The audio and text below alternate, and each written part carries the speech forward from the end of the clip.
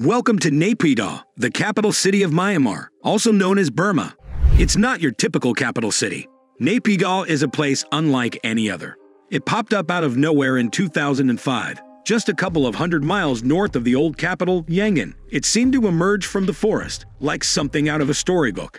But instead of being bustling with people, it's more like a giant ghost town. Naypyidaw wasn't even on the map until 2005, when Myanmar's rulers suddenly decided to move the government there overnight. Imagine waking up one day to find out your capital city has changed. They even kept the whole thing a secret until the last minute. Nobody knew about it until the military bigwigs announced it out of the blue. And guess what? They had astrologers pick the exact date and time for the announcement. Talk about dramatic. So why is Naypyidaw so strange? Well, for starters, it's enormous. We're talking about a city that's bigger than London and New York combined. Some folks say you can only really grasp its size from outer space. Yep, it's that big. But here's the kicker. Hardly anyone lives there. It's like a city built for millions but only inhabited by a handful of people. Imagine having a whole city to yourself. They say the roads there are wider than a football field and as empty as a ghost town. You could play soccer on them and not see a single car. Some say they built them so big that planes could land on them if there was ever a need. Talk about planning for emergencies. And spare a thought for the street sweepers. They must have the easiest job in the world, sweeping streets that hardly see any action. But hey, at least they got plenty of space to work with. Now let's talk about what you can do in Naypyidaw besides marveling at its vastness. One must-see is the Apatasanti Pagoda, standing tall at 99 meters. Inside, it holds a special Buddha tooth relic from China. If you're tired of the crowds you usually find at temples, this place is a peaceful escape. And hey, if temples aren't your thing, there's still plenty to enjoy. For those who fancy a round of golf or a stroll in the park, Naypyidaw has you covered. There are also charming roundabouts adorned with sculptures of flowers, and even a zoo to explore. Feeling hungry? You can dine at Cafe Flight, which is set inside a reproposed airplane. A quirky experience indeed. But if you're looking for more than just leisurely activities, Naypyidaw boasts some impressive civic buildings. The must-visit list includes the Apatasanti Pagoda, the famous 20-lane highway, the intriguing Defense Services Museum, the broader National Museum, and the Gem Museum. Surprisingly, the Myanmar International Convention Center too also makes it into the top 10 list of attractions, hinting at the city's focus on grand events. In Naypyidaw, there's more to explore than meets the eye. The Hotel Zone, nestled in the hills on the city's outskirts, offers a handful of villa-style accommodations. In total, there are 12 hotels in or near Naypyidaw, with 8 located within the Naypyidaw Hotel Zone and 2 in Layway on the Yangon-Mandalay Road.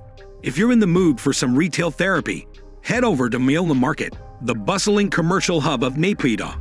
You'll also find shopping areas like Thepchong Market, Junction Center Naypyidaw, and Naypyidaw Wholesale. Junction Center is a noteworthy spot. It's the city's first privately operated shopping center, offering a variety of goods and services. For some outdoor fun, check out Nga Lake Gardens, a water park near Kaiweshan Village. Opened in 2008, it features water slides, natural resorts, and even lodging options. Or, if you're into plants, visit the National Herbal Park, where you can explore exhibits of medicinal plants from all over Myanmar. Animal lovers shouldn't miss the Naypyidaw Zoological Gardens, home to over 1,500 animals, including a climate-controlled penguin house. And if you're up for a safari experience, head to the Naypyidaw Safari Park, where you can get up close with various wildlife species. Golf enthusiasts will be pleased to know that Naypyidaw boasts 2 golf courses, Naypyidaw City Golf Course and Yapr Golf Course. And for those interested in gems, there's a gem museum waiting to be explored. So whether you're in the mood for shopping, outdoor adventures, or a round of golf, Naypyidaw has something for everyone to enjoy. Be sure to give this video a like if you are enjoying the content.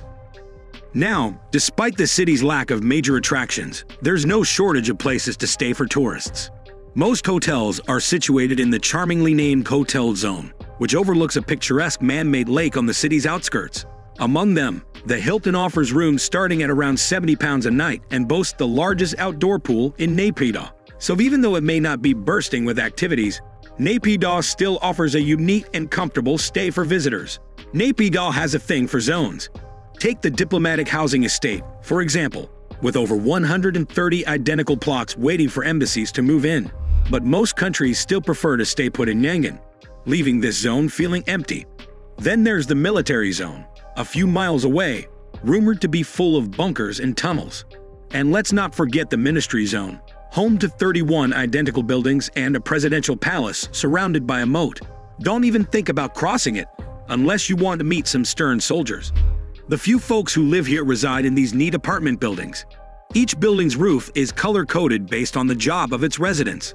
It's a bit eerie, like something out of a dystopian novel. The rare visitors to Naypyidaw are mostly suited-up businessmen, diplomats, or curious journalists. Some say it feels like suburban America after the apocalypse or a David Lynch movie set in North Korea. Finding the heart of the city is a challenge. It's like there's no central gathering spot, maybe by design, as if the city itself is a map ruled by dictatorship. Even for residents, navigating this vastness is no easy feat. One blogger recounts a 3-hour taxi ride just to find his hotel, with hardly any other guests around. The long distances between zones and attractions, with nothing but fields and cows in between, can be disorienting. And don't get started on the scorching daytime heat with no shade in sight. So why was so much money, billions of dollars, spent on building this place? Critics call it a vanity project, dreamed up by Vin Shui and his astrologers who saw trouble coming for Yangon. Others argue it's strategically placed in the center of the country, away from Yangon's struggling infrastructure. Maybe in 60 years, when the world's population has grown even more, Naypyidaw will have the last laugh. Thinking about a trip to Naypyidaw? Well, hold your horses because Myanmar's borders need to reopen first, and when they do, get ready for a bit of a journey. You'll likely need to catch at least 2 flights, since there are no direct flights from the UK to Myanmar. Naypyidaw's airport only flies to a handful of places like Yangon, Bagan, Beijing, Mandalay, Kunming, and Heo. Alternatively, you could head to Yangon instead. It's lively, packed with temples, and buzzing with people. A stark contrast to Naypyidaw's tranquil vibe. So until Naypyidaw becomes more accessible, Yangon might just be the easier and more bustling option for your Myanmar adventure. Burma, now known as Myanmar, has a history of changing capitals, from pagan to Mrokyu and beyond. But in 2005, something truly bizarre happened. The military government uprooted the capital from bustling Yangon and planted it in Naypyidaw, a city shrouded in secrecy and built in the middle of nowhere. Naypyidaw is massive, covering an area 6 times larger than New York City, yet it's eerily empty. The streets are wide, the buildings grand, but there are few signs of life. Even politicians and diplomats prefer to commute from Yangon, rather than settle in this concrete wilderness. Why was Naypyidaw built? Some say it was a vanity project by Burma's leaders, while others speculate about secret tunnels and paranoia. Whatever the reason, Naypyidaw remains a ghost town, a monument to monumental hubris. Despite its strangeness, some travelers are intrigued by Naypyidaw's eerie allure. It may not be on everyone's itinerary, but for those seeking something truly unique, Naypyidaw offers a walk on the weird side, a story to tell that's unlike any other. Thanks for tuning in to our exploration of Naypyidaw, Myanmar's enigmatic mega-ghost city. We hope you found this journey through its grand yet eerily empty streets as fascinating as we did. Now, we want to hear from you. Share your thoughts on Naypyidaw in the comments below. What do you think about its colossal scale and mysterious origins? Don't forget to hit the like button if you enjoyed the video and found it informative.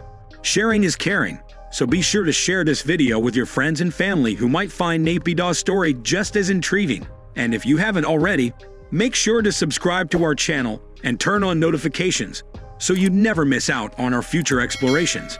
Thanks again for watching, and we'll see you on our next adventure.